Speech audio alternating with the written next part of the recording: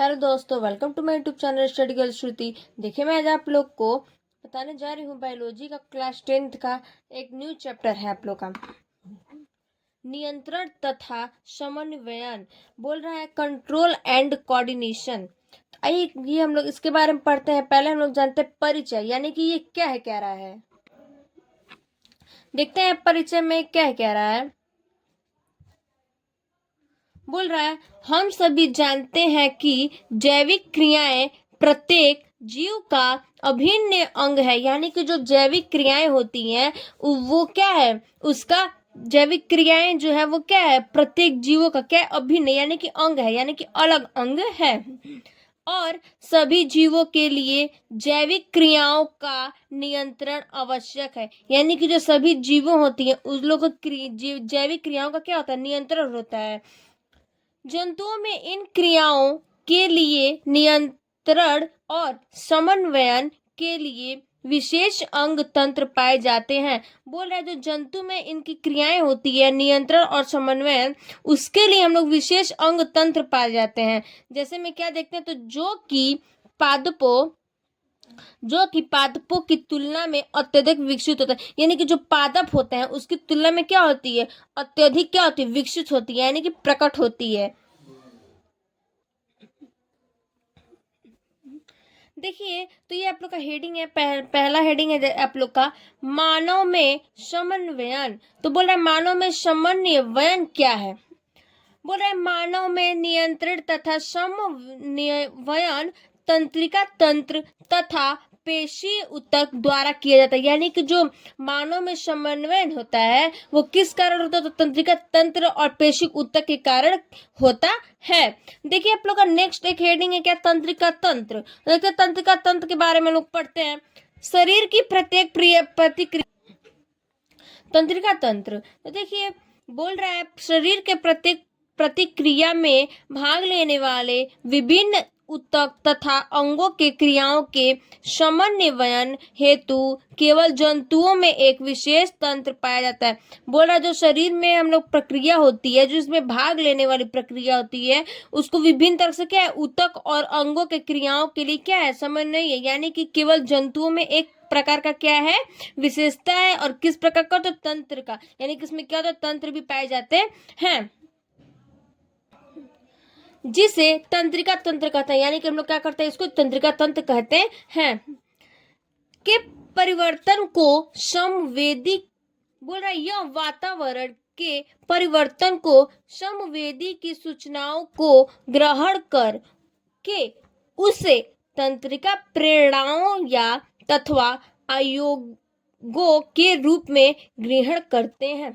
बोल रहा है जो इस वातावरण में परिवर्तन होता है उसमें जो संवेदी सूचनाएं हैं जो ग्रहण करती है, उस तंत्रिका हम लोग प्रेरणाओं के द्वारा और अथवा आयोगों के द्वारा क्या होता है, उस रूप में क्या होता है, ग्रहण होता है। कौन, तो तंत्रिका तंत्र।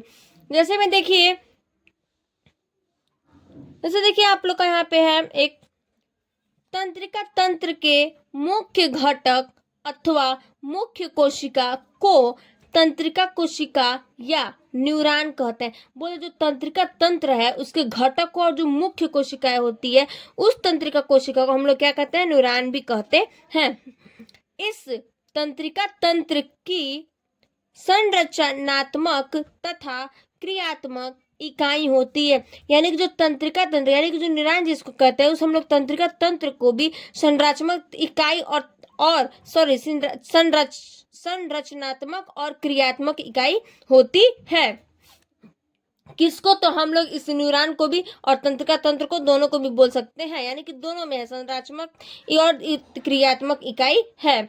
ऐसे देखिए हम लोग देखते हैं तंत्रिका तंत्र के कार्य। तंत्रिका तंत्र के कार्य क्या कह रहा है, बोल रहा है कार्य में पहला पॉइंट, यह मानव शरीर में ऐच्छिक तथा अनैच्छिक क्रियाओं को नियंत्रित करता है। यानी बोल रहा है जो मानव शरीर में हम लोग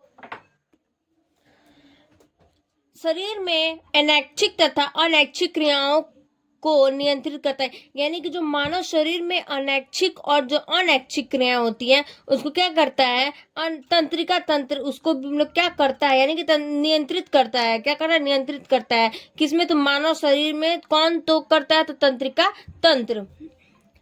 दूसरा है, यह बाह्य वातावरण से सूचनाओं को एकत्रित करता है। यानी कि जो बाह्य वातावरण होता है उसकी सूचनाओं को क्या करता है, एकत्रित करता है। कौन, तो तंत्रिका तंत्र।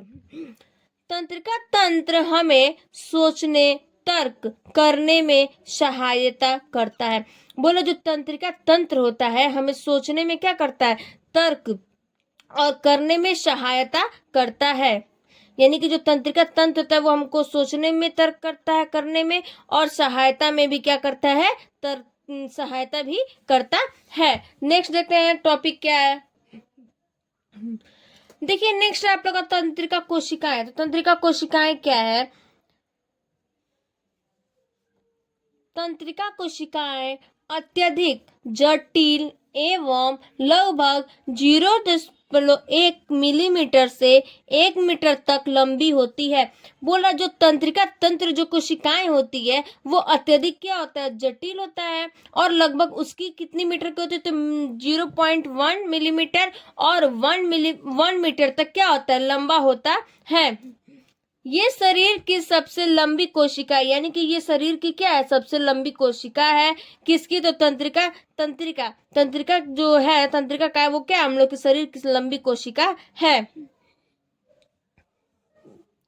इन कोशिका विभाजन की क्षमता नहीं होती। यानी कि जो इस कोशिकन विभाजन होता है, यानी कि जो इसमें बटा हुआ होता है, इसमें क्या होता है, विभाजन क्या बोलते हैं हम लोग, बटा हुआ, यानी कि हम लोग विभाजन नहीं, इसमें नहीं होती, इसमें इसकी क्षमता नहीं होती है, विभाजन होने की क्षमता नहीं होती है। किसमें, जो तंत्रिका तंत्र में विभाजन होने की क्षमता नहीं होती है। सामान्य तंत्रिका कोशिका के निम्नलिखित भाग होते हैं। यानी कि जो तंत्रिका कोशिका होता है उसमें सामान्य निम्नलिखित क्या होते हैं, भाग होते हैं। तो आइए पहला हम लोग देखते हैं, पहला इसका क्या है। तो देखिए पहला है इसका क्या, कोशिकाएं, यानी कि साइटोन। तो साइटोन और कोशिकाएं, देखिए क्या है, कोशिकाएं को हम लोग साइटोन भी कह सकते हैं। देखिए यह तंत्रिका कोशिका का प्रमुख भाग है। यानी कि जो तंत्रिका कोशिका है उसका क्या है, ये प्रमुख भाग है। कौन, तो साइटोन। इसके द्वारा इसके जीव द्रव्य में केंद्रक, माइटोकॉन्ड्रिया, गाल्जिकाय, वसा, बिंदु अंतः प्रद्रवी जालिका उपस्थित होते हैं। बोला, जो इसमें तंत्रिका कोशिका होता है जो प्रमुख भाग है इसका, उसमें जीव द्रव्य में क्या है, केंद्रक, माइटोकॉन्ड्रिया, गाल्जिकाय और वसा है, बिंदु अतः प्रायद्रवी क्या होती है, इसमें जालिका उपस्थित। यानी कि जो इसमें प्रायद्रवी क्या होती है, जालिका उपस्थित, जाली की तरह होती है, वो क्या रहती है, इसमें उपस्थित रहती है। बोल रहा है कि इसमें तर्क काय की अनुपस्थिति के कारण कोशिका विभाजन नहीं होता है। यानी कि जो तर्क काय होती है उसमें मतलब तंत्रिका तंत्र में साइटोन में क्या होता है, अनुपस्थित नहीं होता है, जिसके कारण कोशिका विभाजन नहीं होता है। किसमें, तो साइटोन में। दूसरा है, देखते हैं आप लोग को दूसरा हेडिंग क्या है इसमें।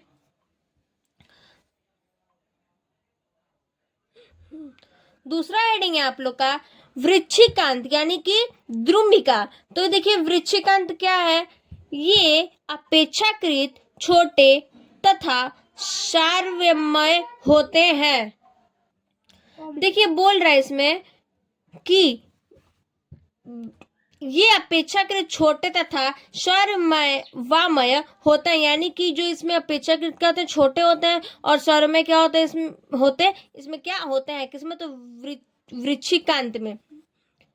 जो सिरों की ओर क्रमशः संकर होते हैं, सक्कर होते हैं जाते हैं। यानी कि जो इसकी सिराओं है, जो इनकी सिरा है वो क्या होता है, शक्कर की तरह होते जाते हैं। वृश्चिकांत उद्दीपनों को कोशिकाओं की ओर ले जाते हैं। यानी कि जो वृश्चिकांत होती है वो कहाँ लेके जाती है, तो उद्दीपनों के साथ को कोशिकाओं की ओर क्या होती है, लेके जाती है। वृश्चिकांत की सहायता से ही एक तंत्रिका कोशिका अन्य तंत्रिका कोशिका से जुड़ी रहती है, यानी कि जो वृक्षकांत होती है वो सहायता से क्या होती है, तंत्रिका कोशिका से जुड़ी रहती है, यानी अन्य तंत्रिका कोशिकाओं से क्या होती है, जुड़ी रहती है। यदि इसे काट दिया जाए तो किसी प्रकार का आयोग संचरित नहीं होगा, यानी कि मान लीजिए हम लोग जब इसको काट देंगे तो कोई प्रकार का क्या होगा, संचरित नहीं होगा, संचरित नहीं होगा, इसके आवेग की संचरित नहीं होगा। नेक्स्ट है तीसरा आप लोग का है, देखिए तीसरा है आप लोग का तंत्रिक काच या तंतु अक्ष। देखिए तंत्रिक काच और तंतु अक्ष क्या है, कोशिका काय से एक लगभग बराबर मोटाई का लंब प्रवर्ध अक्ष तंतु या तंत्रिकाक्ष निकलता है। बोल रहा है कोशिकाएं का जो होता है एक उसका लगभग क्या होता है, मोटाई और लंबाई क्या होता है, प्रवर्ध होता है, और अक्ष तंतु या तंत्रिका कक्ष निकलता है। इसमें से क्या होता है, तंत्रिका कक्ष निकलता है। तंत्रिकाक्ष के अंतिम उपशाखाओं पर घुंडीनुमा रचनाएं सिनेप्टिक घुंडीनुमा होती है। बोल रहा है जो हम लोग तंत्रिका कक्ष में अंतिम जो उपशाखाएं होती है उस पर क्या होता है, घुंडीनुमा रचनाएं होती हैं और सिनेप्टिक घुंडीनुमा इस पे होती हैं। किस पे, तो तंत्रिका कक्ष पे। ये अन्य तंत्रिका कोशिका के वृक्षकांत के साथ साइनेप्स बनाती है। बोल रहा है कि ये जब ये अन्य तंत्रिका कोशिका के क्या होती है, ये तंत्रिका कोशिकाओं के अन्य तंत्रिका कोशिकाओं के वृक्षकांत होती है और इसके साथ साइनेप्स भी बनाती है, यानी कि जो तंत्रिका कक्ष है इसके साथ क्या होती है, तो साइनेप्स भी बनाती है। जैसे कि हम लोग इसको तंत्रिका कक्ष और तंतु अक्ष भी बोल सकते हैं और इसको हम लोग साइनेप्स भी बना सकते हैं। थैंक यू, फिर चलते हैं अगले वीडियो में।